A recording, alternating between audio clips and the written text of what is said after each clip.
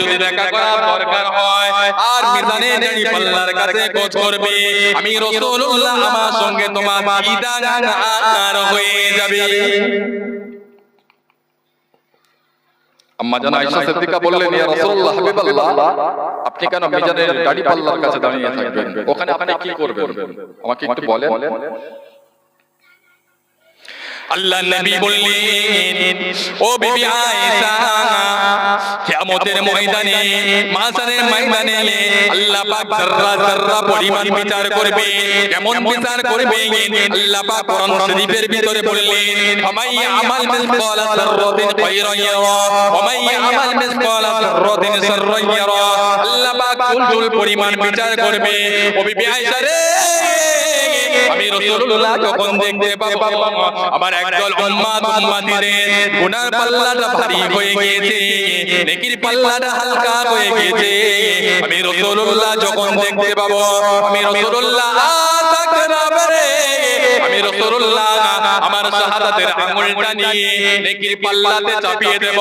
চাপানোর সঙ্গে সঙ্গে নেকির পাল্লাটা ভারী হয়ে যাবে। জোরে বলুন সুবহানাল্লাহ, আরো জোরে বলুন সুবহানাল্লাহ। আম্মা জান আয়েশা সিদ্দিকা বললেন, ইয়া রাসূলুল্লাহ হাবিবাল্লাহ, আপনি নবীদের নবী, রাসূলদের রাসূল, আপনি কেন জাহান্নামের দরওয়াজার কাছে দাঁড়িয়ে থাকবেন? ওখানে আপনি কি করবেন?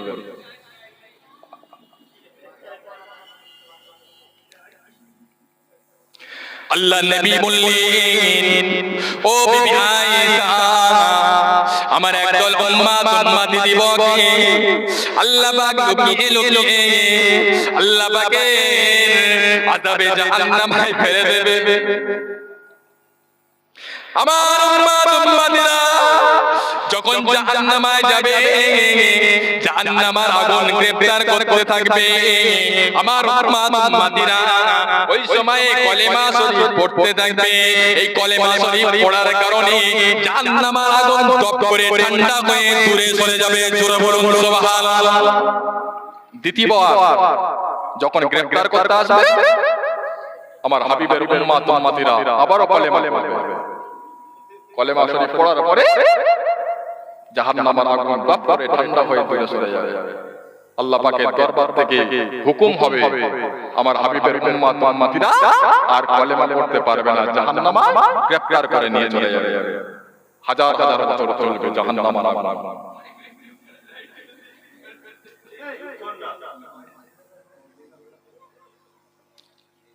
অঝর ভয় নেই, জাহান্নামের ভিতর থেকে কাঁদতে থাকবে।